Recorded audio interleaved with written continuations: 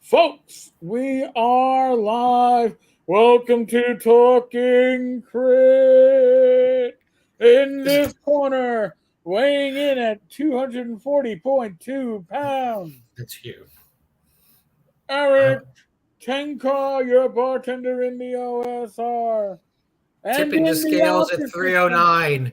Oh, that's a big advantage, Eric. I'm just going to sit on you. I got the reach. I will say that. Coming But in you can at maybe. 309 is none other than Bad Mike Battalato.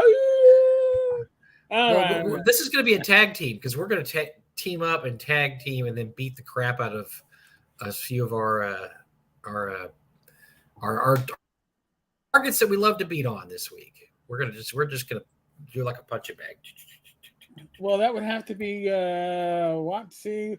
Oh yeah, WotC, of WotC, course. WotC. What's a week without Watsy doing something beyond it? I'm not gonna. So I am gonna try not to get demonetized real quick here, but folks, I'm gonna use the F word a lot tonight because there is no other way to describe the idiocy here than just to use F.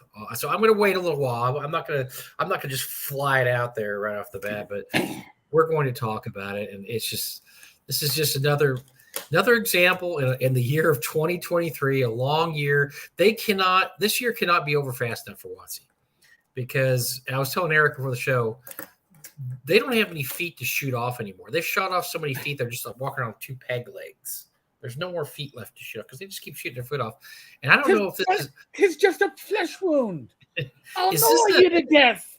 I mean, this is after this happens a couple of times, you start having to wonder, this has to be a company wide, system wide problem. I mean, this isn't just because it happens across everything they do, not just one department. And then you have all the added integrated stuff like the Baldur's Gate goof around when they're promoting bestiality when the game, everybody says the game is wonderful and a Oh cool yeah, game, I've it's heard the awesome. game is A plus, yet their advertising and as we all know, any kind of notoriety is good notoriety. Any kind of publicity is good publicity.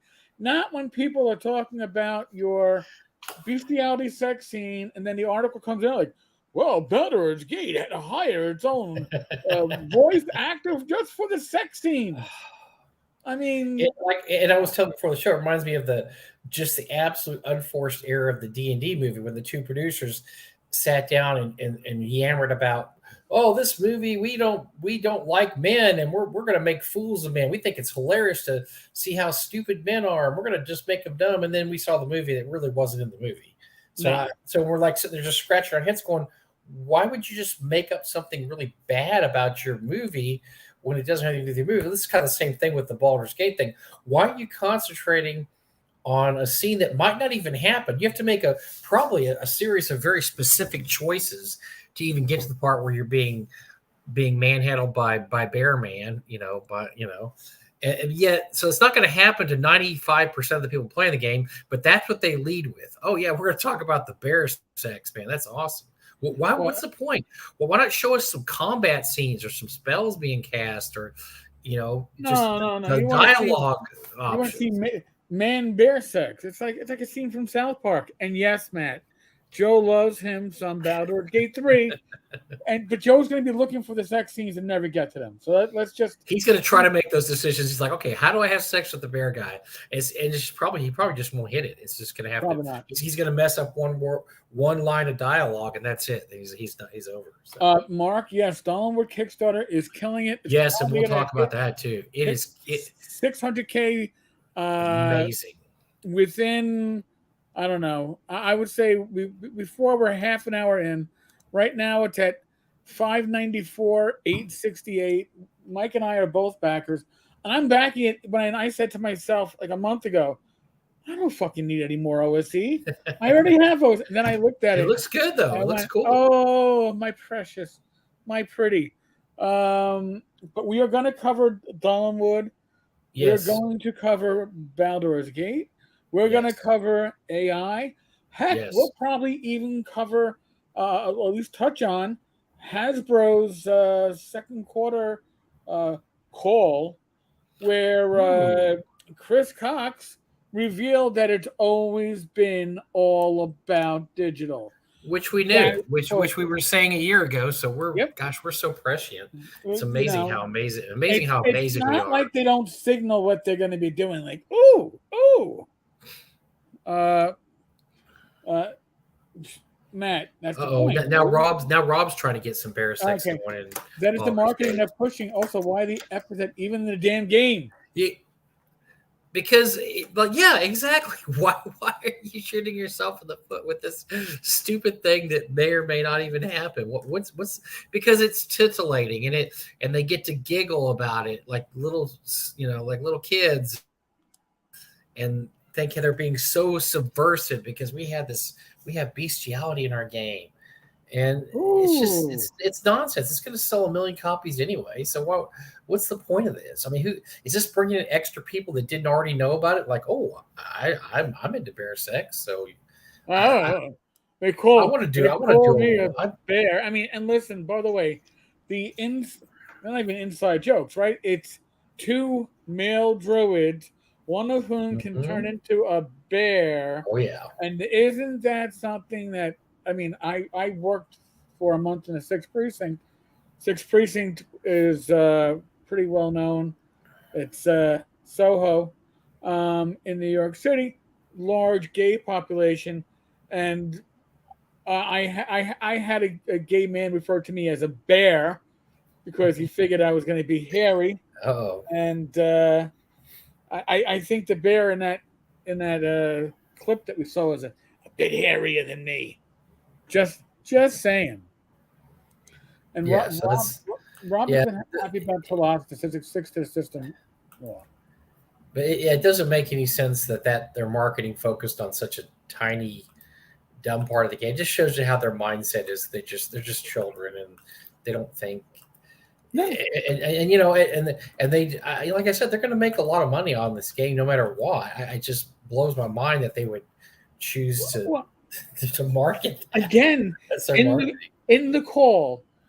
And this is what I found very interesting reading this, reading the call, reading Chris Cox's, I can't say Chris Cox without with a straight face, but reading CC's words, he throws out the number of like, oh, there's like, I don't know, like 80 million D&D players in the world, but there's 800 million RPG players. Well, he's not talking tabletop RPGs. He's talking computer RPGs. Sure. And they are thinking, Baldur's Gate, we're going to bring you into the world of not tabletop RPGs, virtual tabletop RPGs. We're going to give you, and he starts talking about theater of the mind. And theater of the mind and what they want to give you is. This is because they see any inroads into the market as good. It doesn't matter if it's video games or VTTs or, well, okay, we'll let you play paper too or paper. They see everything as good. They don't see anything bad. Movies. Oh wait, you don't like anything, but you want to watch the D&D movie. That's great. Go and then go buy the popcorn thing that looks like a dragon head afterwards. The D&D movie was supposed to bring people into this hardcore group of gamers. And by the way, right, D&D players are not the hardcore group they were when I came in. No. When I came in, it was effing hardcore. This is almost like, I was about to say softcore, but then I think porn. But then it's Baldur's Gate. We're already porned up enough tonight. Yeah, we got enough porn on our menu. We don't need to porn up anymore. Believe me, we already porned up enough. Matt Dolanwood is it's on fire. It's on fire. And so honestly, I think if you're a GM and you purchase that system and you purchase the setting material, you probably have enough to keep a campaign going without having to buy anything else. So the original OSC campaign made, I think, $733,000, $733,000. This is almost there. This is going to be huge. This is going to It could do a million in the first 24 hours. If anybody still starts spouting that nonsense about how the OSR is dying, it's a bunch of old guys that just don't want to play D&D the right way, and nobody cares. That's man. Just look at here. You go, Shadow Dark. I mean, just look at what's happened the last year and a half. OSC, Shadow Dark. Now this. The OSR is doing fine, and it's a matter of fact, it's really got to be scaring the hell out of what's going on in regular. You know, Mike, you muted yourself. If you're trying to talk to us, you all right. So this is the Dollarwood tabletop RPG. You're at $5.95, like I said, and it's $8.12. But New York time, I could see this by $8.30 being at $600. I could see it easily surpassing $1 million. Now, I'm going to share another tab real quick. Windwraith. This is a good-looking setting. It is... Sorry, I had an emergency phone call, but we're back. Okay. I'm back. We're back on track. Everything okay? Mm-hmm. Not like my emergency on Monday night where I had to spit it back. It wasn't. Oh no. Oh no, it wasn't like your emergency. That was awful. Oh God. Windwraith, by the way. This is a setting that's a hex crawl, but on the sea. So you're going pretty much island to island. It's a island crawl, I guess you could say. It's got 7 days left to go. It's already knocking on 60,000. Jeez. You know, I mean, think about it. For most of us, we'd be like, "Holy shit, I'm doing great." Now you look at the other stuff. This is from Shane Walsh, also known as Lazy Lich. So I'm backing this. I back everything from Lazy Lich or their products when they come out. They've had some great setting material over the years. So, and then of course, we've got the Dollarwood. So, I mean, if I'm not, my pockets aren't as deep right now. Damn plumbers. I went into the wrong OSR, but the OSR is alive and kicking and doing very, very well. And like I said, that you know, don't listen to Garibay when he goes on there. And if you don't play 5th edition, it's all going to be destroyed. No. He doesn't know what he's talking about. He's clueless. The OSR is doing great. And they're not shooting, and you know the OSR doesn't shoot stuff in the foot every 2 weeks either with something idiotic, like WotC does. Like I said, I don't think they're going to be touching the profits of WotC, but it's got to be concerning to WotC that you know. I mean, it's one thing if you screw up, but yet your competition, you know, is just terrible. You know, that's the one thing that you know you don't have to. I mean, like if let's say you're playing baseball and you're in the, I don't know, the National League, what is National League Central, I guess, where everybody's terrible, everybody's equally terrible, and so you're just like, you know, okay, we can lose a few, you know, right? Because everybody's bad in this division. Is that the Mets division? I can't. Well, I honestly think that WotC is willing to give up ground in the physical /PDF world of tabletop RPGs because they see themselves as an integrated giant with the VTT going forward, and the changes in 5e, still 5e by the way, but the changes in 5e are going to be to make it play better on a VTT. What are those changes going to be? I don't know. Not WotC. Yes, Tyatus. I saw the video from Dungeon Master. It was really well done. As you know, I am a numbers guy. I did ComStat for the NYPD for a number of years. I did statistics for internal affairs after that for a number of years. So I also know that numbers don't tell all the truth. It's how you present them. And Professor DM admitted that the numbers he was getting doesn't show direct sales from WotC, doesn't show Amazon sales. So you gotta extrapolate a bit. But certainly, There, nobody's coming close to threatening D&D, not even Pathfinder 2. However, however, Kickstarters like what we're looking at now, and we look at this was that free money that they envisioned to allow them to literally not work as hard as they're going to need to work now to make those profits. They were expecting things like Dollarwood. Dollarwood's going to. I'm going to make my prediction now. Hey, 2.1 million, and I might be a low ball on that one. Wow. 2.1 million, and they'd be taxing it on everything over 750,000. They would be making, and that money does matter for their bottom line to make D&D a $1 billion brand, right? That's that whole thing. Now, what happened with the D&D movie? It was a loss. We saw that loss in the quarterly report, and Chris Cox is talking about. Yeah. And if you look at the report, Hasbro.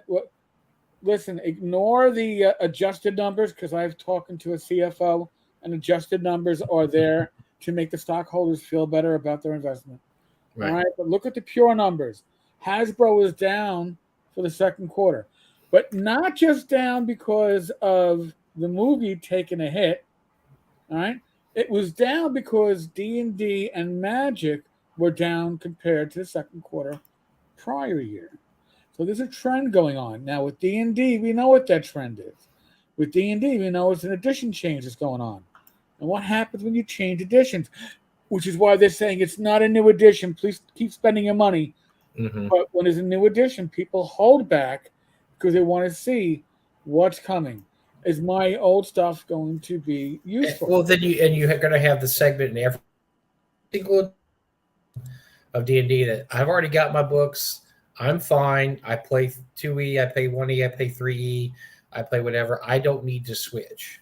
And then they're going to hold their money back, which happens every edition. Yep. You know, where they're just going to say, I've got all the books. I'm doing fine. Pathfinder is the biggest example lately. Pathfinder 1, Pathfinder 2. There was a ton of people that didn't switch to Pathfinder 2 just because they already had, $1,000 in rule books. And they're like, yeah, I don't really like the new rules. And we're fine. My group's good. We're good. We don't need Pathfinder 2. No. And they say you're going to have the same thing happen no matter what changes they make. See, and that's like a catch-22 thing because either they make no changes at all and everybody goes, what was the big hubbub about? This is the 50th anniversary. You didn't do anything. You got nothing. So for the 50th anniversary, there's basically nothing. Great. Way to go, guys. Or you change things enough to where they're like, oh, I'm not switching that game. We're fine. We're playing 5e, and I love 5e. We've been playing 5e for 5 or 6 years. We're okay. I don't know if there's a win here at all. If there's any way to win this, I don't know. But you made a good point about the profits because you know who else is really just getting absolutely schnockered this year is Disney. Is Disney. Have you seen the Disney? First of all, their profits are so I don't know, not as bad. I mean, WotC's not as bad. Disney's profits are down 50%. Now, you and I, if we were making 50% of our pensions or whatever, we'd be in trouble. Now, Disney already makes so many bazillions that they print money that 50%, okay, they're still doing whatever, fine. They're not shutting down any parks. But damn, they have lost 50% of their stock value. Every single thing they've done this year has been a flop except for Guardians of the Galaxy. Movie. Right. Disney Plus, it turns out, is an absolute money pit. They're losing money every second Disney Plus is on. Every single movie has failed this year. The latest one, Indiana Jones, is probably going to be one of the biggest flops in movie history. I mean, this is a movie that needed to make almost $1 billion to break even, and it's made $350 million. It is not even going to come close. I don't care if you put in streaming and digital and China and whatever you want to throw in there. So it's not just, I mean, a lot of people are having a bad time this year. Like I said, WotC's problems are minuscule compared to Disney, but of course it's a scale, right? Because Disney's worth bazillions of dollars, and WotC or Hasbro isn't. But it's got to be, if you're rooting for the little guy, you got to love this year because it's really been about the little guy succeeding. about everybody saying the little guy can't do it, the little guy's dead, and nobody cares about OSR game, blah. Nobody cares about that stuff, Well, but they do. They really do, though. Well, WotC, it's all self-inflicted wounds, right? I mean, it isn't like somebody came up to WotC and said, "I'm gonna fuck you over." It's like WotC's like, "Hey, watch me punch myself in the head multiple times, then put my head through a door, and then I'll come back and say, hold my beer." Three Stooges episode, yeah, exactly. It's. I mean, Three Stooges were in there, and they had to fix the house. Nobody was in there sabotaging them. They were just falling over stuff, and they fell into the paint thing, and they kicked the ladder, and it fell on their head. Then Mo hit somebody in the head with a hammer. I mean, they did that all themselves, right? So they're the Three Stooges of game world because they just keep screwing themselves over.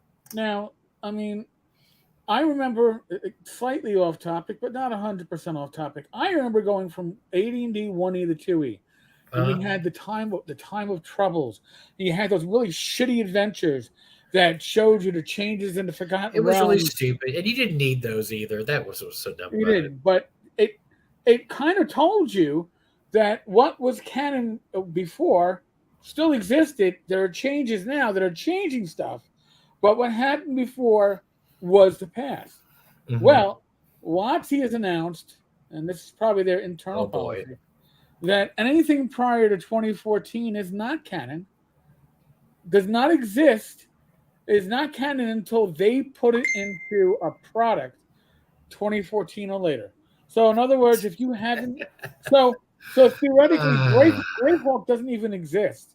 You couldn't, because they haven't put it in the product. That hasn't been around. Oh, yeah. No Greyhawk. Well, look, it's just hubris. And I mean, as many times they've effed up this year, I can start saying fuck now, can I? Because we're a little bit into it. We're over 20 minutes in. As many times as these dumbass fuckers have fucked up this year, they still think that they're king of the mountain. And they're going to sit there and say, only things that we have created for 5e exist. Your old world and your old white men that you work on this, your Alan Hammocks and your Frank Mensas and your Seb Cooks, they no longer exist. It's all about the new young things. And so you no longer exist. Yes, I'd like to have my macchiato now. I mean, yes. Mark makes a good point. Why wouldn't WotC look at the guys behind these successful Kickstarters and try to hire them and pay them what they are worth? Hubris, because they are cheap. Yeah, they're not WotC people. And look, we learned our lesson with the Paizo stuff, right? Remember when it all came out that the Paizo people were making about as much as McDonald's guys?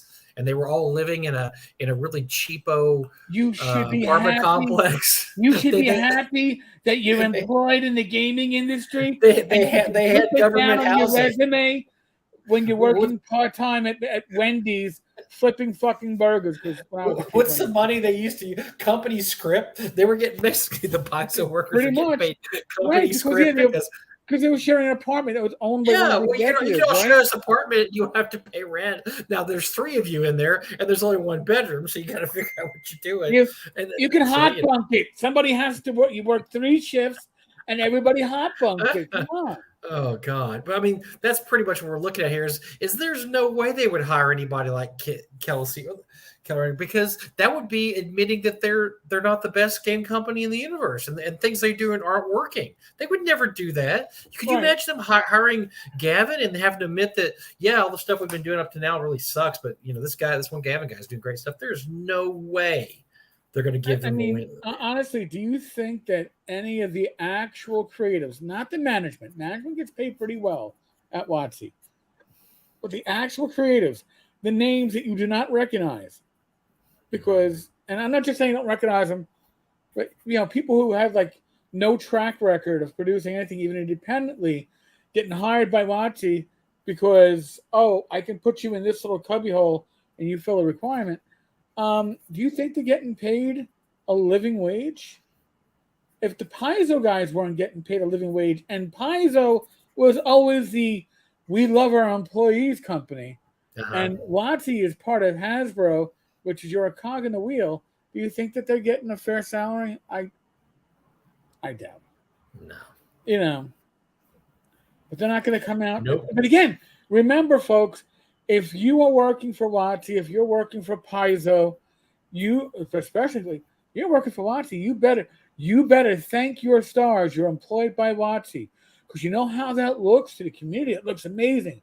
You're on the number 1 team, yeah, but you're getting paid as if you're on the number 10 team. Shut your mouth. The prestige is worth at least a 0 on your salary at the end. Don't worry about it. The prestige. Yeah. I mean, that's the whole thing is, yeah, they're not going to admit that they were ever wrong, or that there's no way that these other companies can be doing, like, look, as good as these companies do, they don't touch what WotC does, and everybody knows that. But it really does look bad when you have McDonald's and across the street you have Mike's Greasy Dog Burgers, and I still have a line out the door every day. It makes you look bad. You're like, ooh, that grease tastes so good, Mike. By the way, Dollarwood surpassed 600,000, and we're not even at 830. So look at that. I might have to revise my numbers up. Maybe you have to go to like 2.3 million for its final catch. This is going fast and strong, and it isn't just because they did an amazing job advertising this. That's the excuse, by the way, for Shadow Dark, right? Oh, well, they just did a great job merchandising it and getting it. Guess what? Why is that a negative anyway? What do you if you're a good merchandiser for everything? And by the way, Mike, there was something that neither of us mentioned to each other before. Do you know what won a silver Emmy? Yes, the worst gaming, the product that we railed that Skeeter and Crystal about had a brain aneurysm, saying how terrible it was. Yes, I saw that. It got a silver Emmy. What the and now here's the question to ask. And look, did like 85 people work on that? They must have to. Do they have to print out like 85 silver Ennies and hand them all out? I mean, that's a waste of money. Yeah, you get a picture, and you get a picture, and you get a picture, and you get a picture. You get a silver Ennie, and you get a silver Ennie. Now, I was happy that Vasson won the gold Ennie, because that's a really good game, and it's really interesting. And I know it's a favorite of our buddy Alex Kamer likes it. And I looked into it. It's a very interesting game. I think that was really good that won. And I think it also got product of the year, which is good. Well, here I'm going to ask a question of the general audience. WotC hadn't entered a product at all into the Ennies for what, over half a decade, 4 or 5 years, because they used to everything they used to enter would win, right? So they were like, oh, this is we don't want to be bullies. We want to leave scraps for the small publishers. So why was Radiant Citadel the one that they only entered one product? Why was it Radiant Citadel? I want to know. You want my cynical answer? I'll give you the cynical answer because it burnishes because look, they've had a problem in the past with minorities. Remember, what's the guy's name? Something Black. Oh God, I can't remember the name. Ryan Black, and he came out and said I was a token when I worked there, and it was terrible. Mm-hmm. And they've been in trouble for that. So it burnishes their cred with a certain community because, hey, look, everybody that worked in this book was a minority, and they all got a silver Ennie. Isn't that awesome? We're a cool company, man. We're a great company to work for. Look how we support these people, even though they didn't support them really up until then. But yeah. So that's my cynical answer. Is it makes them look good to so they can just slap that on their letterhead and smile. It reminds me of the performative activism of all the companies that go crazy for, hey, you know what? July is Pride Month, and then they go nuts and they have rainbow parades and rainbow this, that. And then July 3rd, then August 1st, it all goes in the closet, and so to speak. Bring it out 11 months later. And it's all gone. And well, we don't care about that stuff. Woohoo, American flag, red, white, blue, rednecks. But in July our beer has a rainbow. So yeah, it's the kind of performative activism that big companies do when they really don't care about you, but they just want to look good. They have, during Black History Month, they do a commercial about, Rosa Parks or something. Then the rest of the year, they don't give a damn. And that's what this reeks of to me. That, like I said, that's my cynical view of this. Is that just it's just I'm with you on that one, by the way. But for Travis, all those designers working for WotC are on work for hire contracts. No royalty, don't retain copyright, and dirt pay. Why would anyone work there? Because I can say I worked for WotC. Look. I mean, WotC's not what it used to be, but it's still a foot in the door, and it's something to put on your resume, right? I mean, you put that in a resume. I worked for WotC, right? And that I don't know what kind of door that will open for you. I know there's people that go to conventions. They go to North Texas. They say, "Hey, can I be a special guest there?" Like, yeah, we really can't do very much for you. I don't care. Because if I'm a special guest at your convention, that I put that on my resume and say I was a special guest in North Texas, that maybe another convention picks me up as a special guest. So I guess that makes okay. And the same thing with this, hey, I worked for WotC. Oh, you did? Well, unless they look closely, that maybe they don't know what you did for WotC. I don't know. Oh, you worked for that product that was one of the worst reviewed products that WotC ever put out. But it got a silver Eddie. But it got a silver Eddie. Come on. Likes it. They like it. Oh boy. God. Yeah, I hate to be so cynical all the time, but come on. No, don't because this product. Look, I know Skeeter was railing about it, and I looked up. I did the work on it. The reviews for this product were middling to didn't like it. There was nobody that just said this is the greatest thing ever. Everybody was like, yeah, it's okay. To oh yeah, this is terrible. There was no great consensus that this is a really kick-ass item. The best I heard was a very internally inconsistent product because you had so many bakers making this cake and the different pieces of it that internally it was inconsistent. And there were some pieces that were admittedly above average to good, but much of it was stuff that would not have been printed even in the period of when Dungeon Magazine was desperate for material. It was because it was a artificially created project that let's get as many. I don't think it was called a minority project. I don't know what you'd call it. Underrepresented project. Let's get as many as underrepresented people as we can in here. And if you can write, fine. If not, we don't care.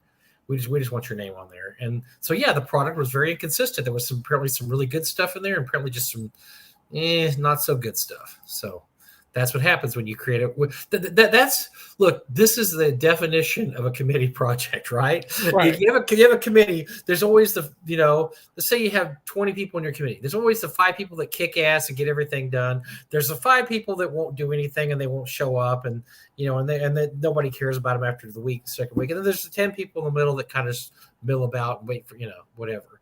And that's kind of how this seems to have come together too. It was a product by committee. So, all right. So we have more. I don't want to call it WotC bashing. Why not? That's kind of our thing. Yeah, that's our thing now. But we got more WotC, and more WotC is more better. Oh my gosh. Let's shoot ourselves in that foot that no longer exists. It's a peg leg now. Let's take another shot at it. So why don't you go with this, Eric, and I'll comment as you. Okay, so when the Big B Presents Glory of the Giants got released, there was a conversation immediately. At least they were showing the artwork, right? And on X, formerly known as Twitter. God help us. I still can't get used to that. It's so hilarious because all the news articles have to say X, formerly known as Twitter, because nobody knows what X is yet. Yeah. So every news article I see says the artist formerly known as Prince, the social media platform formerly known as Twitter. Bottom line.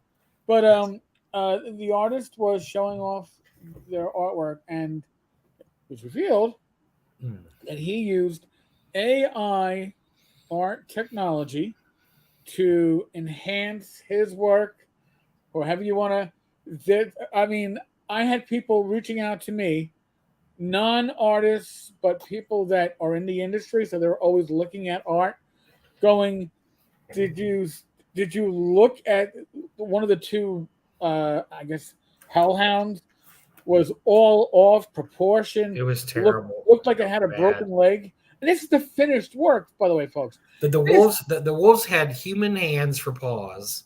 You could look at it real close. You can see fingers on there. There's just so much wrong with this art. I mean, you look at it, and there's weird proportions. Things are held the wrong way. All the mistakes you see with AI art. How about how just can't do the feet are wrong. The feet are facing in the wrong directions. It's just weird. It just looks off. It's not Uncanny Valley where that kind of thing, but it's more like just like why this looks like Rob Liefeld drew it. For that's a call for the comic book fans. So, Rob, by the way, Rob, a very successful artist in the '90s, but he could not draw feet. He still can't draw feet, and his proportions were really weird. His ankles up, weird, ankles up. Yeah, maybe he has a foot fetish and just can't. Yeah, there was something weird about it, and Rob's art just never looked right. And now he created Deadpool, he created Cable. He has some gold stars on his record, but boy, he just was not a good artist in a lot of ways. And that's the thing. I looked at Rob Liefeld's art, I felt the same thing. I'm like, yeah, this looks off. Well, the same thing with this. It just looked off. And then once people started pointing out things like, oh, okay, that's really bad. I'm going to make a comment, an observation about WotC. WotC's main issue to me is that they're reactive. They are not proactive. Okay, it's like I didn't see this problem coming. Then it whacks them in the face, and then they're like, "Oh shit, we need a new policy. Let's put in." They don't think. Now there's every indication from what we saw. So a couple things. Let me explicate here. Yes. So he did not steal art. He did, or the people say, or he used AI. He used AI to try to fix his art. So it was his own art. He wasn't taking other people's art and just throwing out an AI picture and saying, I drew this. He drew this stuff. He was just using AI to try to fix it. And obviously it didn't fix it very good because it still looked terrible. And that was number one. Number two, there's every indication that WotC knew that he was using AI art. But as they said later, well, we didn't have a policy against it before this. And they didn't have a policy until people started getting on the artist formerly known as Twitter X and start talking about it and circling it and saying, hey, look at this, this is weird. Then that forced them into this, oh yeah. Now we're going to have an AI policy now.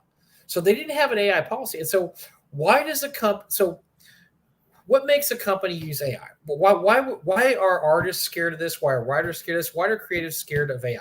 They're scared of AI because it's going to put them out of a job. And I will tell you once again, and I revisited this a couple weeks ago, if you can get it, go buy an old comic book series by Howard Chaykin called American Flag. It is a great series, great artwork, but the plot line is about a one-time porn star Flag who is put out of work because they use his image just to create movies with him. They don't need him anymore. So he's fired and he becomes a police officer on the moon or Mars. I can't remember. But it's hilarious. But this was written in the early 80s. So Howard Chaykin was very prescient with this. But that's what they're scared of. And that's why the writers, the WGA is on strike, because they want to use extras as AI, and they're basically going to take your picture if you're an extra in a movie and pay you, $200, and then they can use you in background scenes for the rest of your life, and they never need to hire you again. But what does this all come down to? This is because of money. They can save money if they don't have to hire real artists, and they can get somebody just to touch up AI art that saves them money. And this is all about his money. So if WotC knew about this, which I think Eric and I agree, there's every indication they absolutely knew about this. This was something they were doing as a cost-saving measure, and it came back and blew up in their face because oh yeah, we're going to issue this AI policy now. Well, you've already got caught with your hand in the cookie jar, and the cookie jar being you're probably not paying this artist as much as you would a regular artist. And by the way, their statement is written in legalese, and I'm going to point out the legalese when I read it, because there are parts that kind of flag that a lawyer wrote it to cover ass. Yep. So, yeah. They got this poor. They got this art. They got this lawyer. Whoever law firm. They are on speed dial this year. They're absolutely on Can speed you write dial. up another policy for us this time? Another one? Come on, dude. This time dealing with AI art that we knew about, but we don't want to acknowledge that we knew about. So can you just phrase it so it looks like we're covering prior, but really just going forward? Can you do that? That would cost extra. Okay. Yeah. Whatever we're saving on the artist, we'll just give to you. Don't worry about it.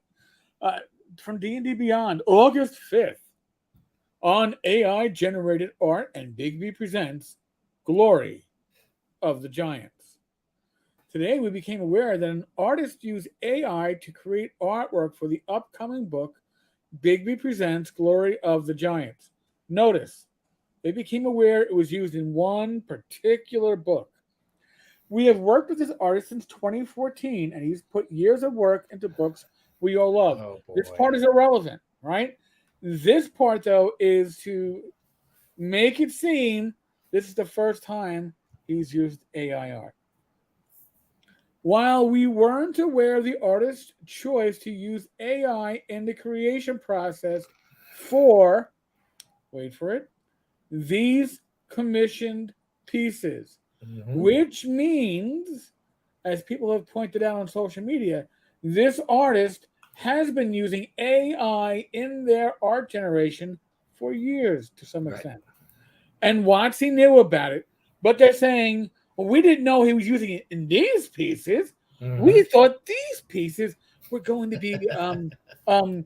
They didn't care. They don't care as long as they get as long as it gets there in time and they can stick it in a book. They don't care. Well, why would they have cared about this? Now, we have discussed with him, and he will not use AI for Wizards work moving forward. That means that this artist still plans on using AI everywhere else. If you are going to commission them for a project, as another publisher might, be aware if you have an issue with AI being used in the process. He's only saying going forward with Wizards, and who knows, with Wizards, they might not just bring them back. We are revising our process and updating our artist guidelines to make clear that artists must refrain from using AI art generation as part of their art creation process for developing D&D art. Whoa, there's something else missing from there. It's just one company, right? So that technically it means that when it comes to Magic the Gathering, AI art is still a possibility. Maybe you need that for the backgrounds. I don't know. But there's a lot to parse in this statement because it is written for particular statements and reasons, and they're telling you exactly. We weren't aware of it in these exact commission pieces. But if you ask them, well, what about his last 7 projects? Well, yeah, we knew about that. It's obviously not off the table with him because up until now they've tacitly approved it. Apparently, it's just off the table. Now, when people get on Twitter and point it out, and because the debate has become more, a little more heated now about AI art, and people were like, "Hey, look at this AI art here." It didn't bother them when nobody was cared about it, when nobody was saying anything about it. Once people started saying stuff about it, they're like, "Oh, we need a policy now," because people were starting to hold to the fire. And that's why I'm saying WotC, especially their D&D brand management, whatever the fuck you call them, they aren't proactive. They aren't trying to get out ahead of anything. They are reactive. They keep on stepping in shit, and then it's like, I guess that won't fly. I mean, if you're going to be successful, and I'm not saying they aren't a successful company, but if you want to be that billion-dollar brand, you got to get ahead of the curve. You can't constantly step in shit and think that by scraping it off, you've accomplished your goal. You shouldn't have stepped it in the first place. That seems to be their MO this year, though. Is we're gonna do something stupid, wait till the shit hits the fan, then we're going to come out and issue all kinds of mea culpas and sorries. And yeah, I mean, I would be a lot more impressed by their company and their ethics if they came out and got in front of this every once in a while, instead of just falling, just like, oh, we got caught. Oh, we got caught. So now we're gonna explain why we got, what happened, why we got caught. The K5K, so that's their AI yard policy. And by the way, it's not their policy. We're going to have to wait to see what their actual guidelines wind up being, but we can see the direction it's going in. What about AI authoring policy? What AI authoring policy do they have? I'm guessing none. Now, you can infer that they might have a policy because there's a theory going on, and I'm not 100% sure how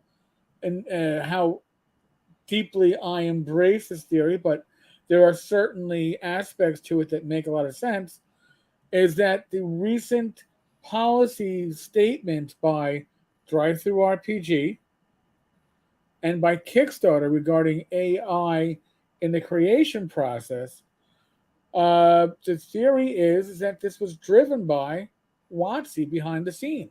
Mm-hmm.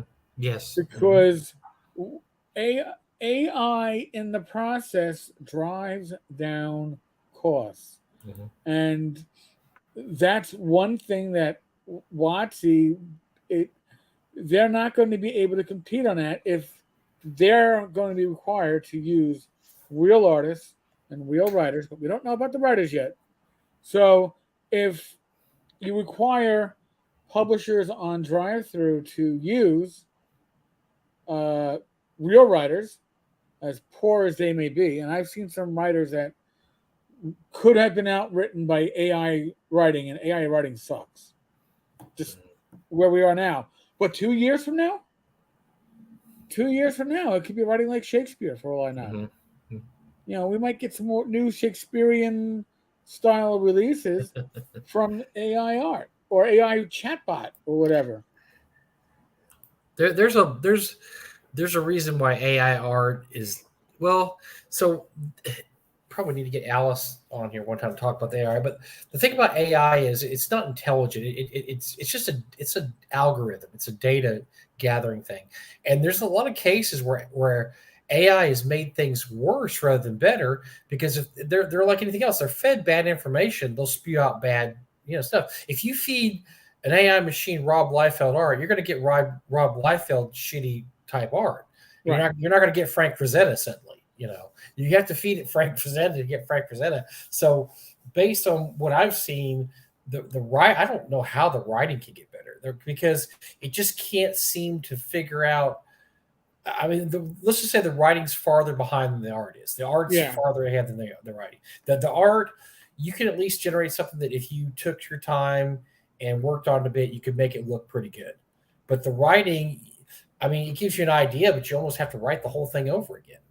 Have you ever heard something called the Glorbo incident, which is pretty funny? I didn't know about this, and I read about it. So there's a bunch of World of Warcraft subreddits and Reddits in there, and there was some loyal World of Warcraft people that noticed that this magazine article, a online gaming magazine was publishing stuff that they thought was stolen from the subreddit. Like basically it was just rewritten. It was they'd have a subject on the Reddit and they'd talk about it for a while. Then all of a sudden this game article would publish an article on it. And they started getting really suspicious. Like, man, it's just everything we said reworded. And this guy would publish, 3, 4, 5, 6 articles a week. So they decided to smoke it out and see if it was an AI. So they started talking about something called Glorbo, Glorbo, which wasn't real. Glorbo is a made up term. And they would say, man, I'm so excited when Glorbo is going to be in World of Warcraft this fall. And they started making up all these stories about what Glorbo was going to be. Oh my gosh, there's this king of the ducks, and he's going to be the main foe in Glorbo, the Duck King, and this, that. And so they made up all this stuff. Lo and behold, that week, later in the week, this online gaming magazine publishes an article about the coming of Glorbo. and goes on and on about Glorbo. And it basically just restates all the false information that they had fed the subreddit. That's when things got really interesting, because then they discovered that they were right. This was not a human being writing these articles. This was an AI that would scrape the subreddit, and whatever was popular that week on the Reddit or subreddit, they would publish an article on it, and this AI would write it. Only they tricked the AI at this part because they made up something called Glorbo that didn't exist, and they wrote this big long story about, oh my gosh, Glorbo is the next big thing about World of Warcraft. And they basically exposed the article writer for what he was, not a human. Wow. Just an AI. So basically garbage in, garbage out, right? Whatever you put in to the AI is going to come, So in some ways, it's funny because the more AI learns, quote unquote, the worse it gets sometimes. Sometimes they say that, what was I just reading an article that math, like AI has gotten worse at math, which doesn't make any sense, except that you realize AI really doesn't know how to do math. It just gets math from when it scrapes an article about math. And so the more numbers it's faced with, the less it actually knows about numbers, which is kind of weird, but that's what happens. Interesting. And so math, so they said at one point, if an AI wrote an article that had math equations in it, it would be 98% correct. They said now it's 2% correct, because it just throws in all these things that don't make any sense. And look, go to Chat GPT and ask it something and look at just the terrible answers it'll give you sometimes. Like the funny ones are when you ask for like a recipe, like tell me how to bake a cake. It just gives you this ridiculous thing that pulls in all this stuff that has nothing to do with baking a cake, and you can't get a decent recipe out of it because it doesn't give you the actual, it tells you to put something in for 3 hours at 800 degrees or something. It doesn't understand all the nuances. So so until it gets that figured out, we don't have to worry about Skynet yet.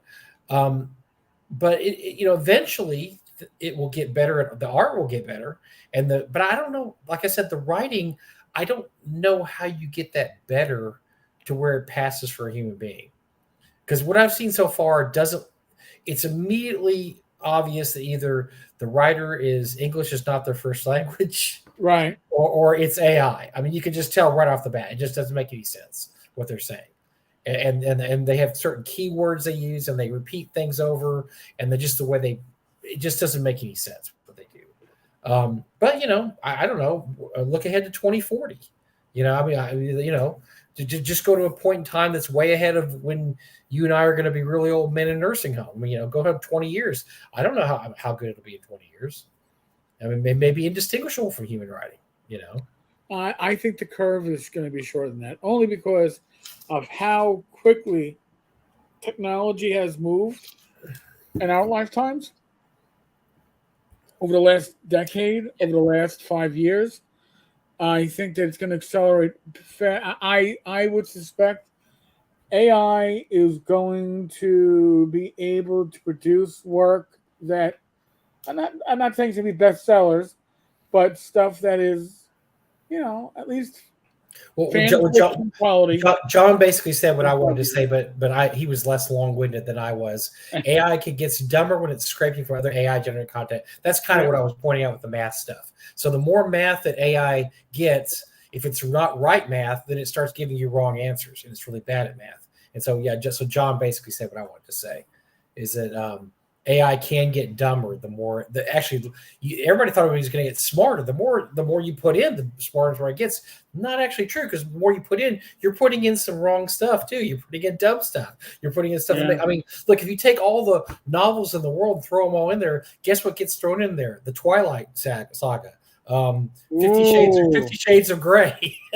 You get some really bad writing in there. It's not like it's not all going to be Shakespeare and and Stephen King. It's going to be Twilight and 50 Shades of Grey too. But maybe AI can give us an end to our JRR. It's like I've seen enough of this shit on HBO with the ending we had to make up for Game of Thrones. Oh, do you think that somebody can step in with George AI? R. R. Martin? Yeah. If when George R. R. Martin dies in a couple of years and he still has 2 books to write, yes, AI could just AI can come in like this. look at the old and just train on his prior work, and then just go, all right. So what are you gonna do? A little incest, a little bit of this. We need a big ceremony where everybody gets killed, Yeah. and somebody's going to betray another person, and You'll be boom. like, you know what? I got the last 2 books. And maybe they'll throw Baldur's Gate 3 into it. And then you can have like the bestiality scene near the end. It's like, oh my god, having sex with a dragon. I never would have thought. Well, obviously, yeah, it must have read Baldur's Gate 3. Yes. It knows what it's supposed to do. Come on. Baldur's Gate 3 succeeded. Garbage in, garbage out. I can only imagine what AI gets when scraping Twitter /X. But no, that's true. Yeah, that's a big part of it too. But for right now, it's going to be interesting. Look, this is going to be it's going to be big in the next few years because the Industrial Revolution. One of the things the Industrial Revolution did was that it put a lot of people out of work. I mean, it created new jobs, but by making those jobs easier, let's say, like, for instance, Eli Whitney's cotton gin. Before the cotton gin came along, you had hundreds and hundreds of people who had to pick cotton, and they just did it all day, and it was hard, grueling work out in the hot sun. Well, then here comes the cotton gin. It just rolls along and sucks up all that cotton and whatever. Well, guess what? You don't need 100 people picking cotton anymore. So it's great for the boss. The boss right. to get rid of those 100 people. It's terrible for the working man, And for years, the Industrial Revolution has been a kick in the nuts to blue collar America. I mean, look at all the unions have gone under. Look at the steel industry, the car industry, all these industries. The more they became computerized and robotized, I don't know, whatever you want to call it. I mean, look, they basically said that in a few years, McDonald's will be run by 3 people. There will be a person working the window. There'll be a person inside to make sure the hamburger machine doesn't explode. And there'll be a person over here that cleans up the tables. Other than that, there will be no humans because the machines will be able to take your order. The machines will be able to cook your food, everything. So blue collar America. So for years and years, for century, basically last century, all that's happened to the blue collar man is he's gotten kicked in the nuts. Well, guess what? Now, white collar man and creative man are getting their nuts kicked, and they don't like it because the same thing that happened to blue collar worker is happening now to creatives, artists, writers, those type of people. And guess what? They don't like it. Well, yeah. Guess what? Blue collar factory man guy didn't like it when he was working in the steel industry for years. They said, hey, guess what? We can do this a lot easier with a robot than you. You're out of a job. Yeah. So, I mean, it's progress, right? I mean, it's a progress of society. It's just going to happen. It just sucks that it has to happen. But look, it happened. It happened to hundreds, to thousands, to millions of people over the past century where they got shoved out of jobs that they can't do anymore. And it's just going to, you know what? There's no special privileges for creatives in our society. Writers and artists. I mean, they're going to get shoved aside like anybody else. Look, 50 Shades of Grey was not good writing. It's a terrible, terrible serious book. It made $1 bazillion for fanfic Twilight writer, whatever her name was. I mean, because that's all it was. It was Twilight fanfic until she tweaked it up a little bit.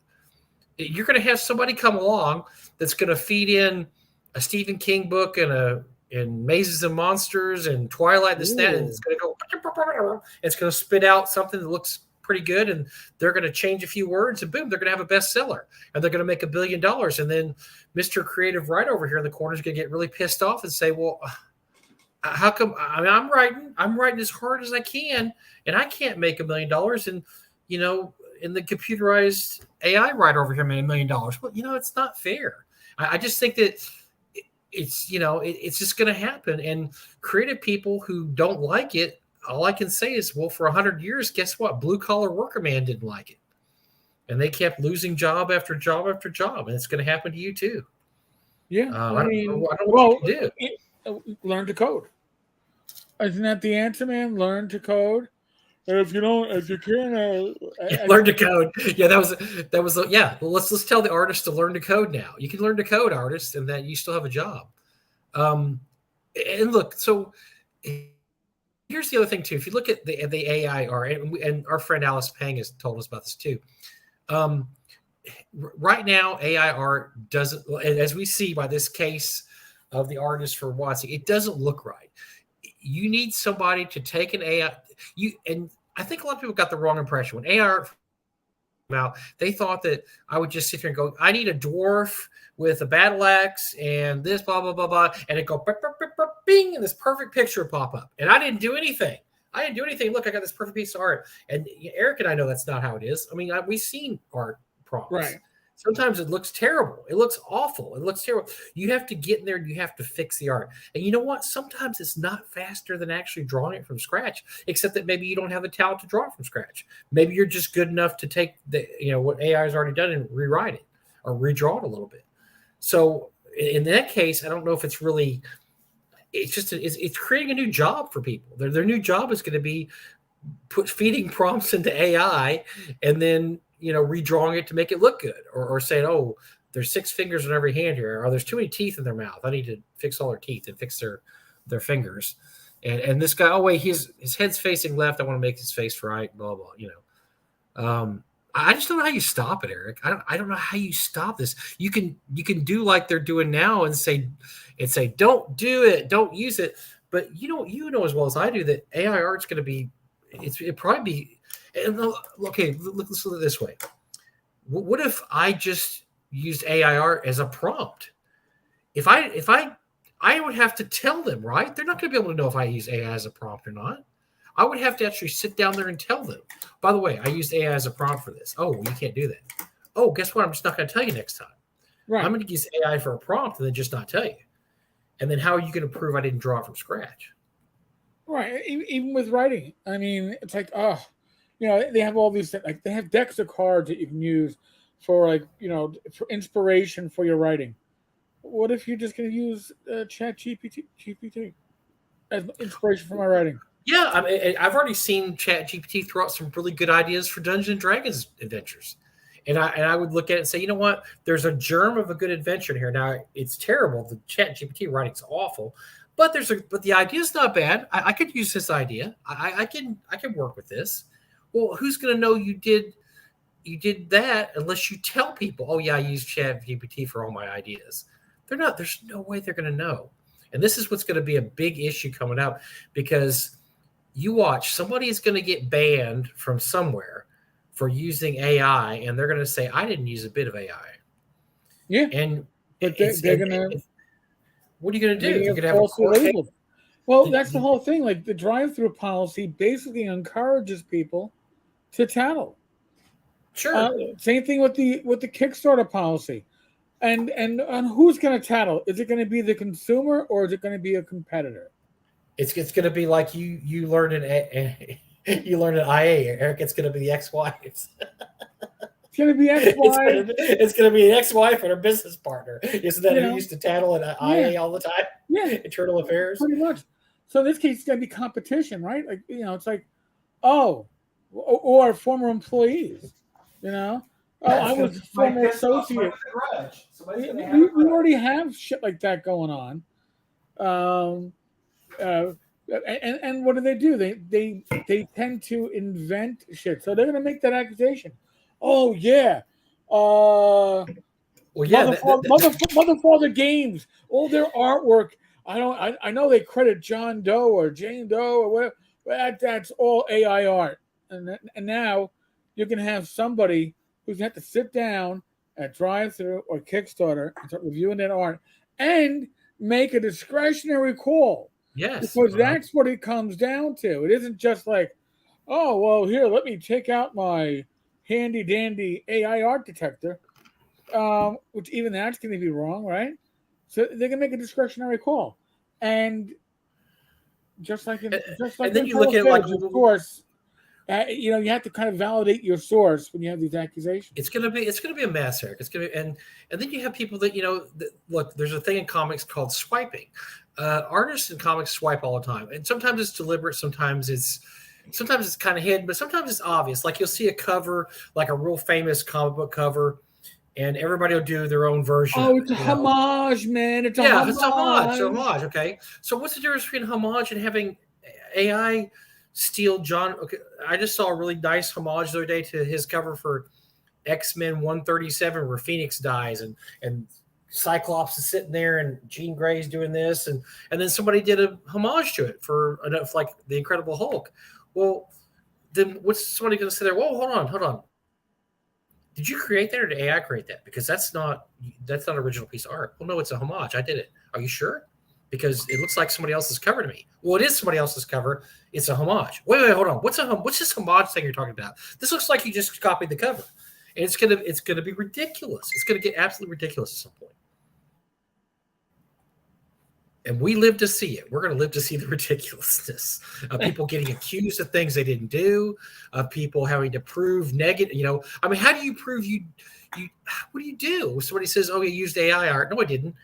Well, prove you didn't use AI art. How do you prove you didn't use AI? I mean, I don't even know how to prove that. How do you prove it that you didn't use AI? That's the whole thing. These companies that are making these policies. That and drive-through is huge. So with drive-through, you're basically saying that if you're using AI and you have to disclose your use of AI, and I believe they're allowing AI art, but not AI writing, but the Roll20 side allows no AI art. So you can't even do POGs, your virtual tokens with AI art. Think about that. Now, well, I'm wondering why the policy is different on two sides of what is now the same company. Well, okay. Let's take it. It's got to be money, right? It's always about money. So yeah. Let's follow the money and see what money is.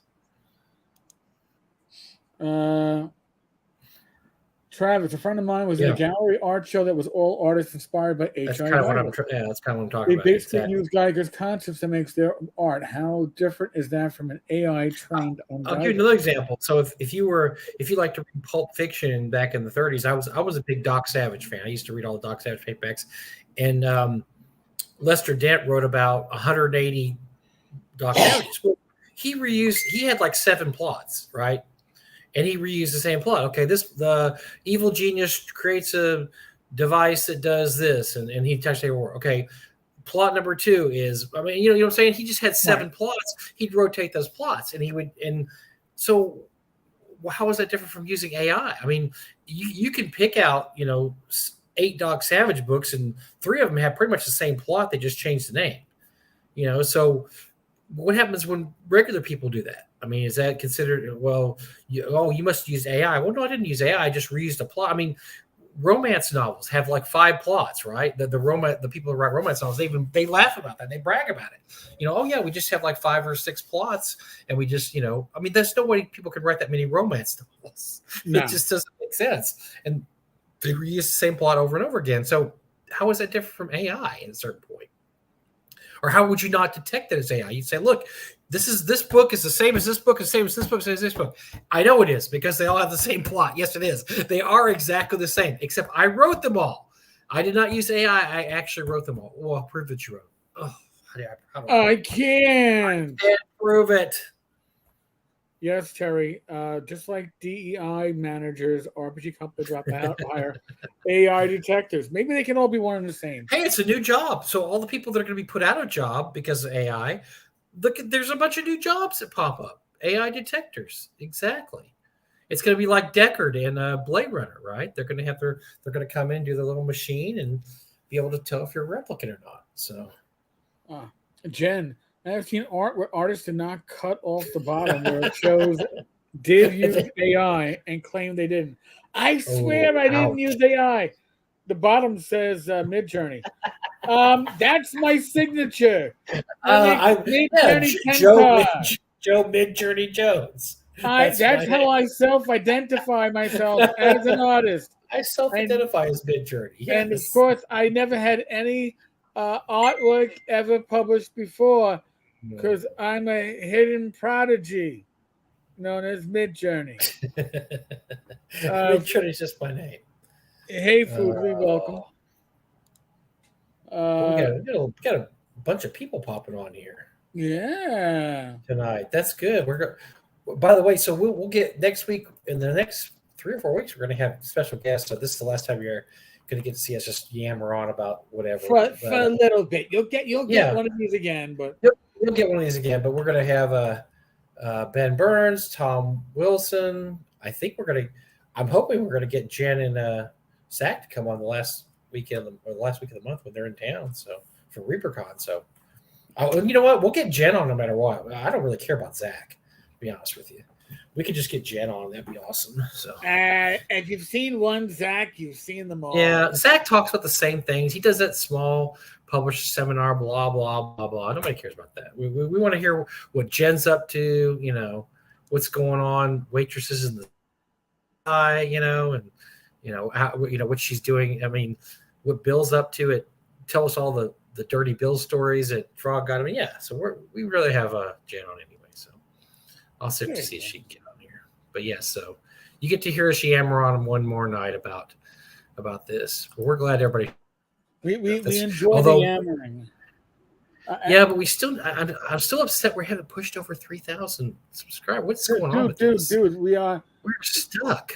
We are stuck. We are like, and the time I took my car to the Rockaways right after not Hurricane Sandy, was it Katrina?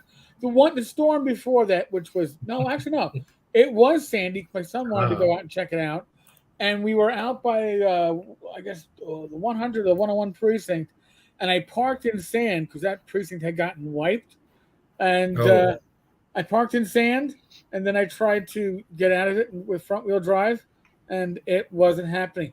Thank God some locals saw me struggling and gave my car the push onto the pavement. But yeah, that's where we're at now. That's where we're kind of like just spinning our wheels, waiting. 3,000. If you want 10 car to give away monies, try for money. If you want, you're gonna track down your. If you haven't subscribed, please just subscribe. Hit the subscribe button. Just get it done. Just get her done. Do it. Get her done. Yeah, we need to push over. Get your mother, your father, your sister, your brother. Get them all. Yes, get it. Please do that. The next time you're about to give that the homeless guy down the block your leftover food, make sure that with his cell phone he signs up to this channel. Yes, they all have to say, hey, for the price of that plate of food and the bottle of liquor I'm giving you, I need you to go onto this YouTube channel and subscribe. Come on. What kind of deal is that? Do it. Push us. Push us over the edge. So, and by the way, as a side note, I'm just making this announcement a little early. This Friday is the random party generator. Ooh. The following Friday would normally be Glenn and I for Dungeons, Dragons, and Discourse. We're moving it for 1 week only to Thursday night that week. Oh, interesting. I got tickets to see Jimmy Dore in Manhattan on Friday night, and we paid for the special seats, so we get to hang out for 5 minutes after the show before they throw us out like homeless people. But I get to at least and I won't be asking for a signature. I never do. I don't ask it for RPG people. I'm not going to ask it for comedians or YouTube personalities. But I knew it would make Rach really happy. So, Glenn was happy to move our night up that week. So that's next week.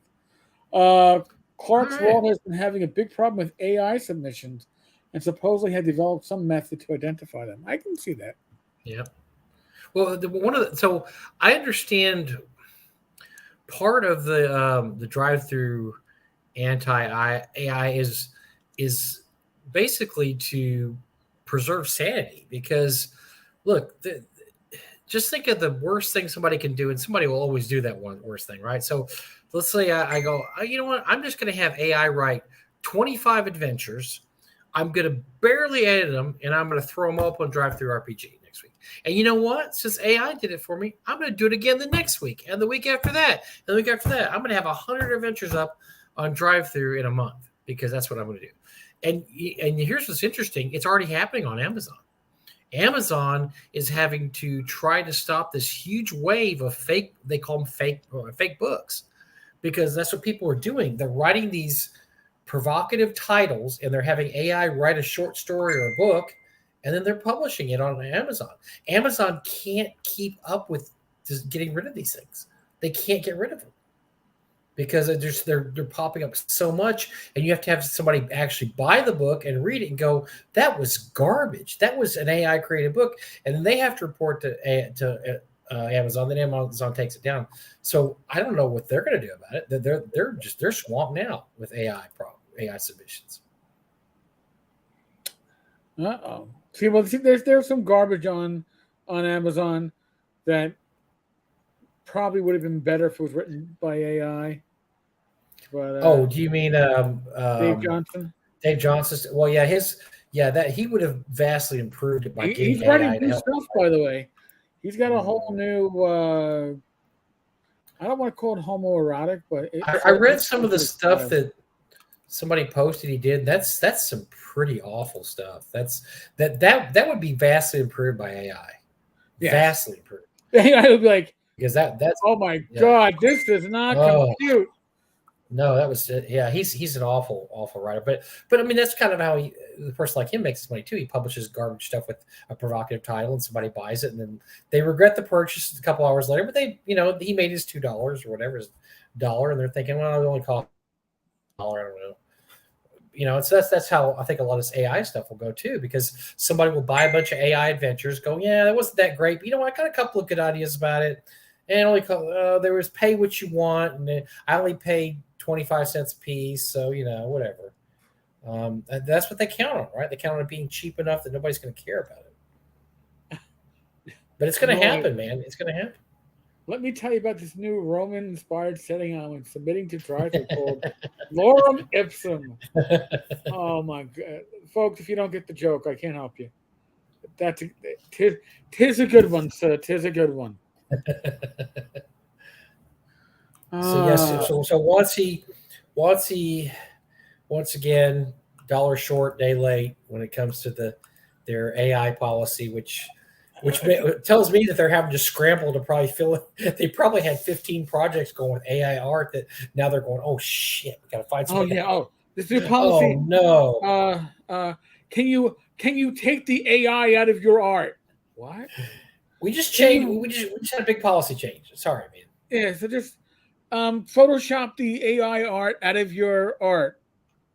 So you want me to use an AI enhanced technique to take out sure, not a problem. Thank you. Or at least just tell us you took the AI art. Wink, wink. Wink. Just say you didn't do any AI. There's no AI in your art. That's all you have to tell us. And just fervently say that. And we're going to believe you. We're absolutely going to believe you. Your orcs have 7 fingers. Maybe that's okay. Yes, that's your campaign world. I can't say what your campaign world looks like. I mean, we're going to have the 7-fingered orcs. Bill, I could ask you the same thing. Why is my phone constantly going beep? And Bill, leave me alone. Bill Barsh. God, beep. What are you talking about? We got a show going on. God, Bash. Yeah, every Wednesday night for the past 3 years, there's a show going on, and Bill decides it's the time to start texting everyone in our text group there. It's like, what's going on? What's so important, Bill? And he's sending photos, and thank God it's not. Yes, I saw some of those photos. That's rough. Yeah. Yeah, thank God it wasn't that though. and so AI to write their statement. That would have been pretty funny. So Tepram, you're right, and you can use AI to draw a reference, and that actually, honestly, most people don't have a problem with that. What they have a problem with is the fact that AI scrapes known artists and uses their art styles without permission. So if you're just using it as a drawing reference, I don't. That's no different than putting a Jack Kirby comic, Fantastic Four comic in front of you, studying Jack's style and just making something look like Jack Kirby. I mean, there's really no difference, So yeah, I don't think they'll have a problem with that. I think they have a problem with like what this guy did was basically, hey, I'm going to use AI art and call it my art. And it's not. It's obviously not. Right. Because it was so bad. It was drawn so terribly. It was horrible. Yeah, if you can, go look for the pictures. Go look at the pictures. I mean, it's not so terrible but there's some, it looks weird. It's off. It's off enough that that there's something up. So. Here's a copy from a cop. Yes, there was. It was a swipe from a Doctor Strange comic, actually. Real interesting. Was a copy. Yeah.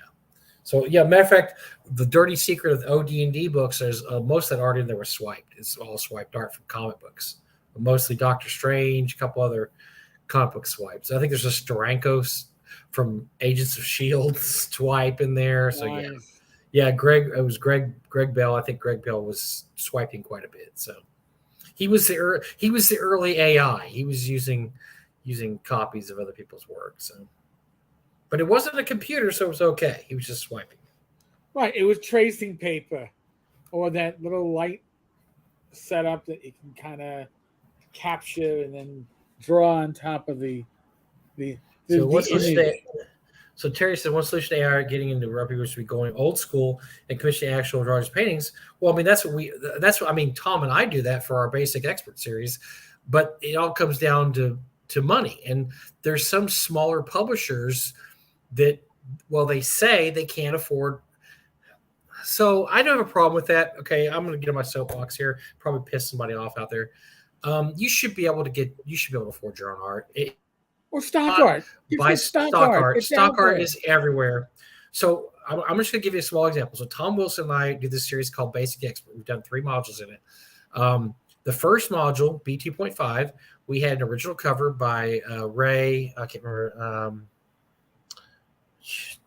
Ray. Just call him Ray. We paid for the cover. All the art in the interior was all stock art. It was Frog God stock art, and it was somewhere else we got it online. So all the art was stock art. The second one we did, we again commissioned a cover from Ray. We commissioned a back cover from somebody else. And then guess what, Eric? All the rest of the art in there was all stock art. Once again. Okay. The third one we did, we broke out a little bit, got a little crazy. We had original art for the cover. We had some original pieces. I found a friend of mine on a Discord page who was drawing comics. I asked him if he'd like to do some fantasy art. Unfortunately, his name is David Johnson, but not any David Johnsons that we don't like. He's a good David Johnson, and he drew us about 5 or 6 pieces of art. It was affordable. It wasn't horrible because he's just starting out in the business.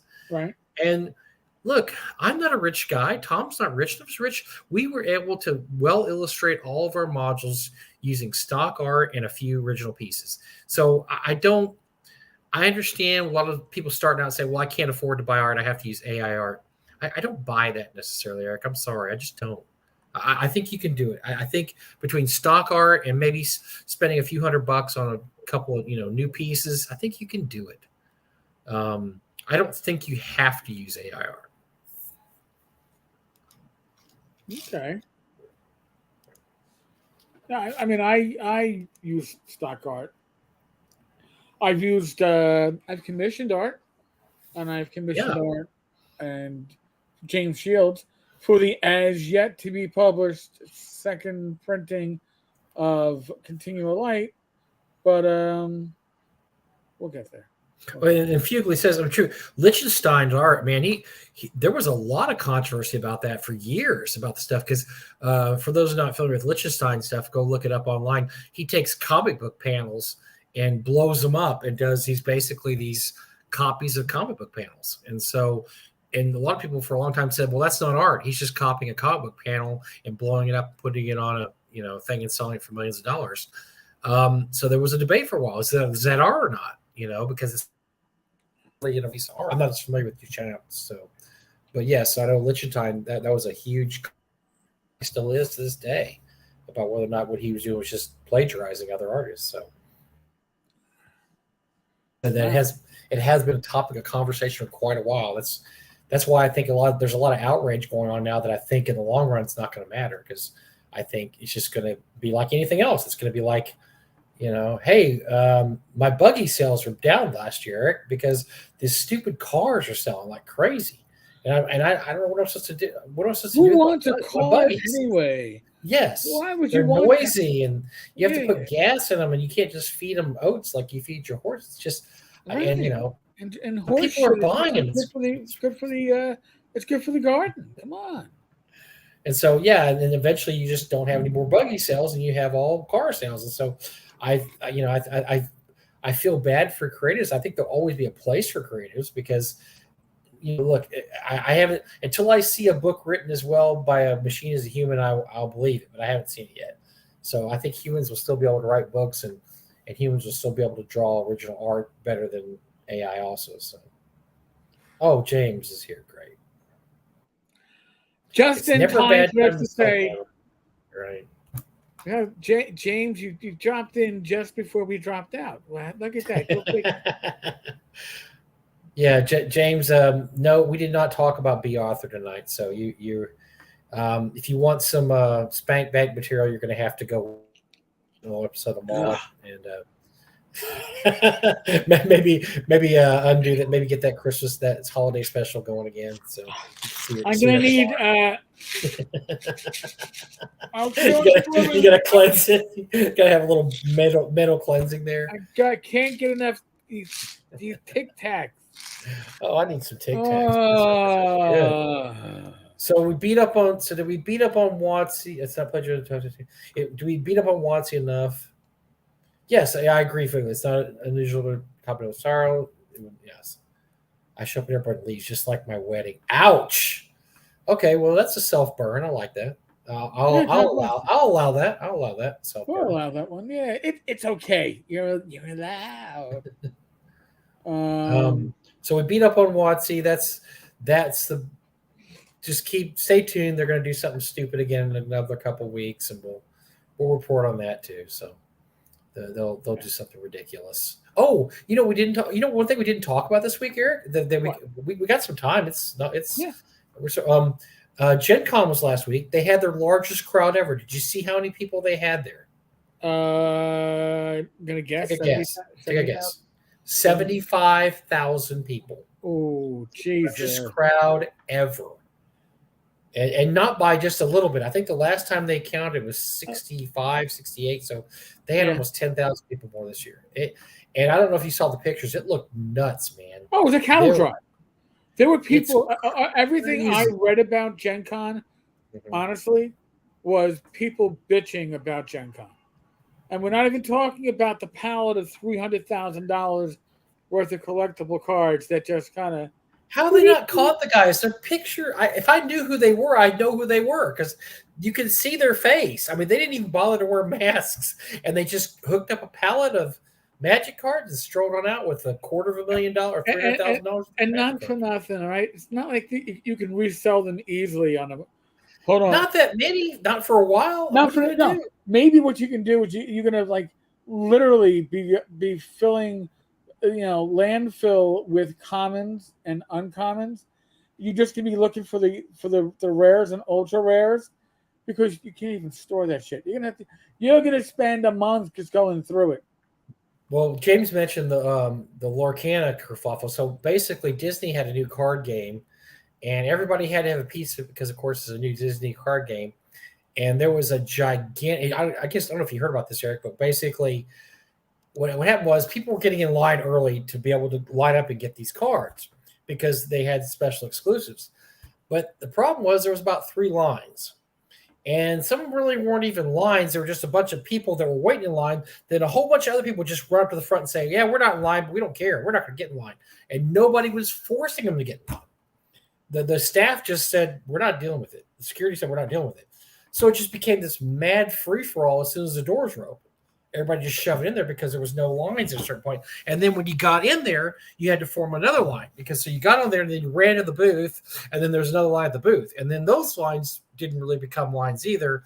And it was just a mess. And people were just really, I mean, you can imagine if you're waiting in line for something and like 60 people cut in front of you, you're going to be pissed off. And that's kind of how that whole thing went down. It was just a gigantic mess there. But for the rest of it, I mean, I know I saw James Raggy's blog and he did great. He said he did the best con he's ever had. I mean, in terms of selling material. So people were really buying stuff. They're buying stuff like crazy.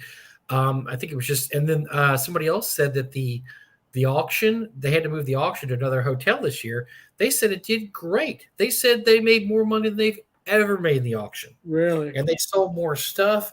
And I saw the rares. They had a couple items that were kind of rare. They didn't have anything that just blew me away. They had some R series and They had a white box. And I mean, they didn't have anything that's just like, oh my God, that's so amazing. But they sold a lot of little things. And they said that the Gen Con store was sold out. They said they sold everything in the Gen Con store. So they were successful. And, I guess it's good for the hobby in terms of people were there spending money. I mean, you had that many people spending money, but man, that Eric, I saw those pictures. That is not my scene anymore at all. Is that my scene? I do not like lines. I do not like giant crowds. Matter of fact, they make me nervous. Those kind of crowds make me really nervous. Yeah. Because I keep thinking if all it takes is a few people falling down, you have the Who in Cleveland that time when people crushed against the doors and 13 people died because they couldn't get in. That's all I can think about with those giant crowds like that. I mean, there's just no way I'm really part of that anymore. Listen, I grew up worked in New York City, in Manhattan, dealt with the subways on a daily basis, and rush hour. I won't do it ever again. I won't do it, man. And I'm certainly not going to do it for a convention. If that's how it's going to be, I have no desire to be anywhere nearby. So the last year I ever went there, it was 30,000 people. That was the last year I went. I thought it was getting kind of crowded because I've been a few times, and that was, I thought, a little crowded. So that was the last time I went. So 75,000 is that's nuts, man. Yeah. And then, I don't know if you noticed, but they extended the Gen Con through 2030 after the convention, after this year's convention. They probably looked at that. The city people are like going nuts, going, this is awesome. We made so much. I mean, this is their number one. I've heard this is their number one moneymaker, even above Colts games. Wow. Because it makes more money than Colts games because it's just that many people in there. So after this, they said, sure, we'd love to have you till 2030. So so much for remember there was a boycott at one point. They were going to boycott because I think because LGBTQ issues are going on in Indiana, and people were like, boycott Gen Con. Well, I just think this is a monolith, and I don't think you can boycott it. I think it's just too gigantic to even think about boycotting. And so, yeah, they said, yeah, sure, we'll extend you through 2030. So, I just not my style anymore. I'm going to stick to the smaller cons we go to now that we have a great time attending, and where most of the people there, or at least you can walk in a room and you might know a couple people, right? Right. You go, okay, I know that guy. Whereas this is just now, it's like, oh my God, it's just a giant crowd. You could miss people for the whole con unless you're on social media hooking up. James, I heard D&D 5e sales were up from last year. The OGL debacle appears to have had no long-term impact on WotC. WotC's second quarter numbers for D&D were down from last year. Yeah, you can't con living is a different life than regular sales, because cons have been doing remarkably well this year. And Gary Con did well. North Texas did the best we've ever done. For what I'm hearing from Alex, Gamehole Con is going to have more people than ever. They're doing the best they've ever had. Just cons in general are up. Gen Con, Origins had a great year. Gen Con had a great year.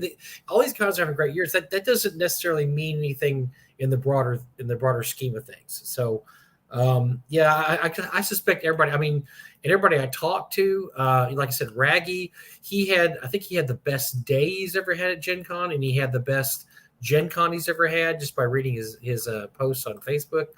I think that was the case for most people. Look, I know we're kind of hitting a recession here, but man, people seem to have extra funds to be spending at game conventions, and they seem to be spending those funds at game conventions because all these game conventions are doing great. So I don't know. I don't know what that means really. I always said, I know when I worked at a music store in the late 80s and 90s, early 90s, we always had a good Christmas because my boss said that people always have enough disposable income to buy themselves, $100 item. And I guess as long as you kept your purchases down to, hey, we're just going to go here and do this and that. But man, Gen Con's got to be expensive now, right? It can't be cheap to stay in those hotel rooms. And it must be outrageous. And And there was a whole debacle with people who had reservations at hotels that were within distance. that were told literally days before Gen Con, oh, we fucked up. Yeah, I heard that. That would make me not very happy You at don't have a all. room. But don't worry, we got you another room 25 miles, I'm sorry, 25 minutes by car Yeah, you're gonna have to rent. outside. Yeah, you have to rent a car, get an Uber because it sucks. But oh well, But we we'll got give you you, something. but you're getting a free night. Yeah, we got you something. You That's burn great. that free night on 2 nights of Ubering. Trust me. Look, I'll tell you that the years I went, we stayed near there. I don't know if I would have gone if I had to stay a long way and drive in. It's a hassle because you can't drink while you're there. You have to leave early. You have to get up early. The people I knew that stayed off site that lived kind of far away, it was kind of a beating because they had to drive. And back then, this is like 10 years ago, it was $50 a day to park. I can't imagine what it must be now. It's Oh got to my be god. 100. It's got to be $100 a day to park. So Yeah. yeah, if you can find a space, because that was even a tough one to find a space back then. So yeah, I just John, I ooh, don't know. the Gen Con Uh, YouTube channel is mess.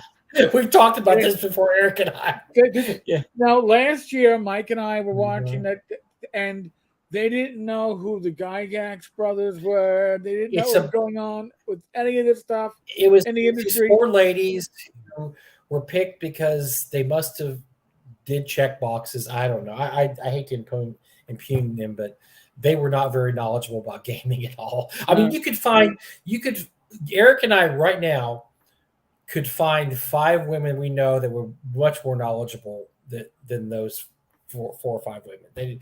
They had no clue. Yeah, like Eric said, they didn't know who the Gygaxes were or which Gygaxes were family or they. What was the big? Oh, they want to know who Ernie was. Like, who's Ernie?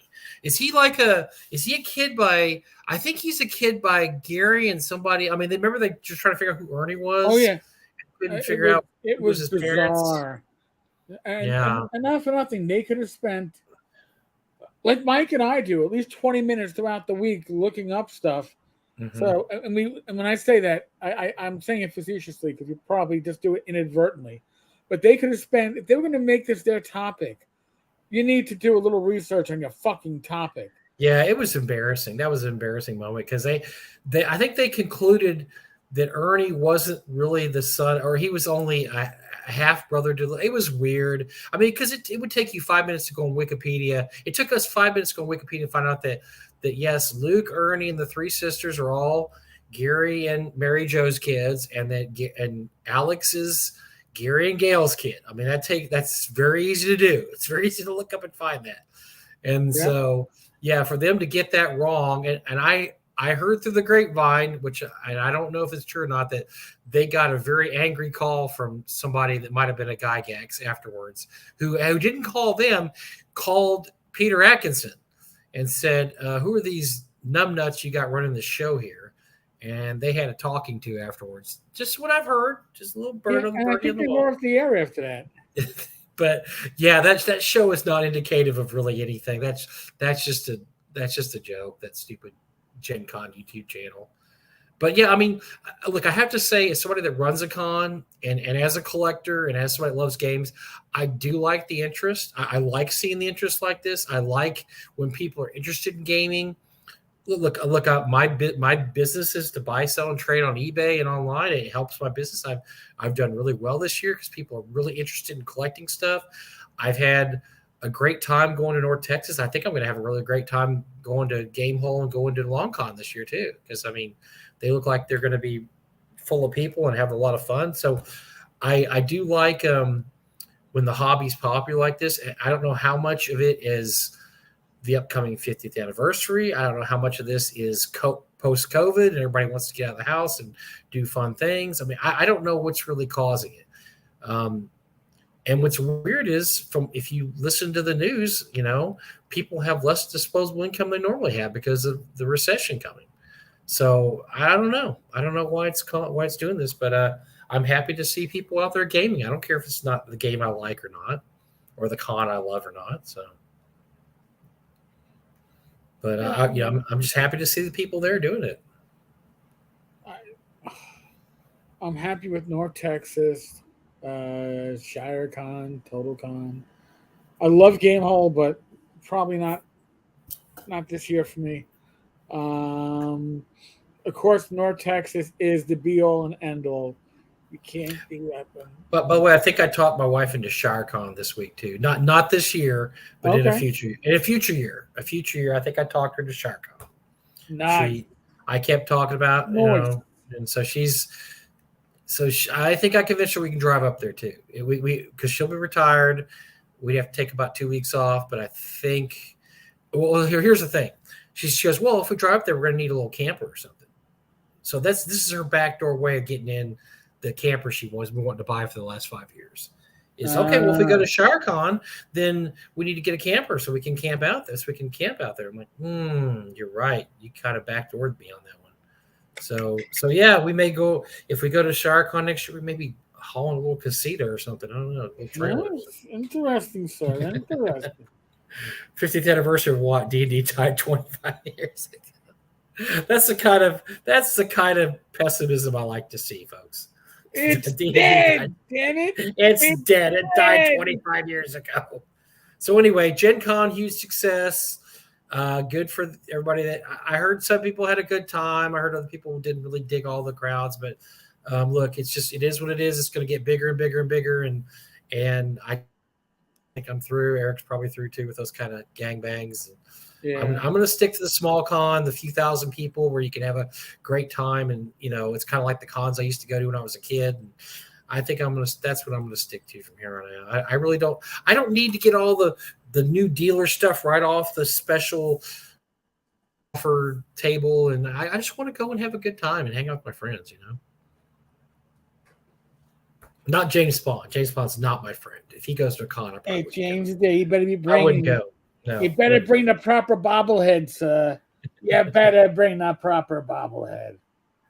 By the way, we're going to have James on one of these days if he ever comes out with a project. Where's your project, James? You have this project you keep talking about to me, and then I don't see anything. So we're saving a spot for you one of these days if you ever come out with it. So. Yeah. Wait, hold on. We didn't even talk about that. Did we talk about that last? We talked about that last week. That was the bench. Yeah. The bench. We talked about the bench, and then now we're going to have which I think. Now look, this isn't a bad idea either. The appendix N section of the library, I think, is a great idea too.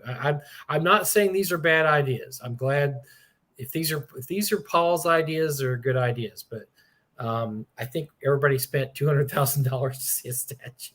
I don't think they really care about benches and appendix N segments to the library. So anyway, if you wrote appendix N in 1989, I'll have to look that up. That wouldn't surprise me. They don't seem to get a lot of stuff right when it comes to the Gygaxes, sadly. So the white box encyclopedia. Yes. When is that coming out, James? So we'll know to have you on the show, and you can more James is more better. I'm literally writing listen to this.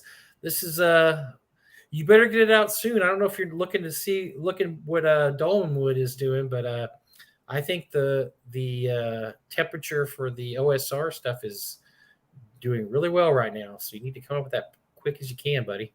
Yeah, here. We'll before we sign out, let me just take a check on Dolanwood. Oh boy, let's see what we're up to now. Oh my gosh, is it going up $100,000 since we've been on? It's close. No, it's gone up about $50,000. Okay, 50. All right. So, now, but James, now before James goes, there's no fucking way I'm hitting those numbers.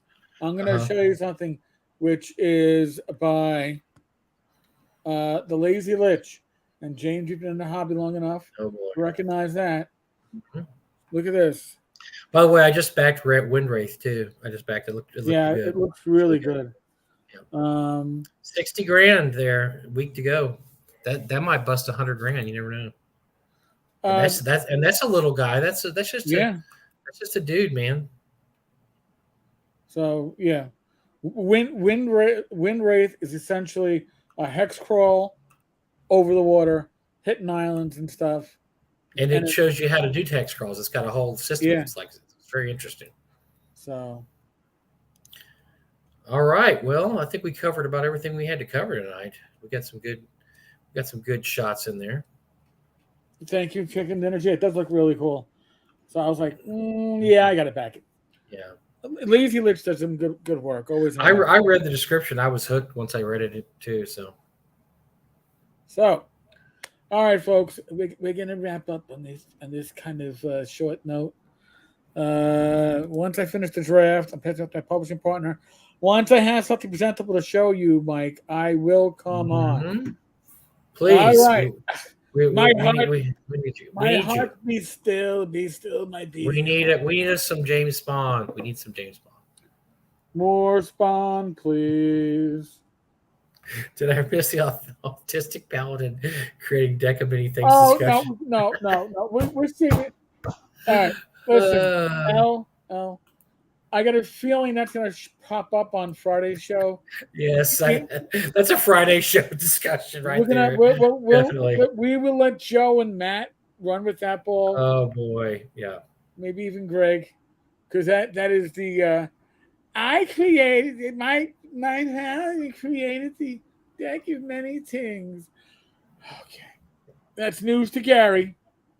Oh, he's whatever. Dead. Take his free cred. Nobody cares. All right, folks. If you're on the Discord server, we do hang out at 9 p.m. on Thursday nights, except in a week. And then we'll be doing a show instead. And then Friday, you got the boys with the tomorrow. I mean, it's Friday, day after tomorrow. Random party generator. So we don't know who we'll have, but it can be pretty short. Crazy. It's always fun. Rob and Joe and maybe Matt if we can steal him away from his damn work. And Greg, and sometimes random guests. Sometimes even Bad Mike shows up. Every once in a while I'll pop in there, but most of the time they got it handled. They don't need me. Unless I get mad, then I have to jump on and start somebody. Saturday night will be Gamers Health. And yes, like last week I showed a picture of the homemade pizza I made, and the Dungeon Hobby Shop was so excited that they took the picture, started sharing it, and wanted people to name the pizza. And it's called not fucking Domino's. Okay, that's how I labeled it, not fucking Domino's. But in any case, it was a low carb pizza. It was very good. I've got some more low carb stuff to discuss because I am off to Mounjaro. And you got to adjust your eating habits when you can no longer have that built-in cheat. Man, it's a good cheat. I got to say, I can eat pasta and go, oh, look, my blood sugar's barely moved. I'm hungry just thinking about it. All right. Folks, all right, everybody. As always, be safe, be well, God bless. Roll those dice. Roll them well. Jeez. We should have Joe on to discuss the... L, you are just causing your evil influence. But you knew that. Watch Joe's head explode on that. Yes. Be safe, be well, God bless. Roll the dice, roll them well. Hang out tomorrow at 9. Subscribe if you have not subscribed. Please subscribe. Subscribe. Yes, damn it. Don't make me create the deck of many things just so you have to subscribe, because I'll do it. Better watch. All right, folks. Yes. Don't do that. All right. Beth, what can I do? Boom.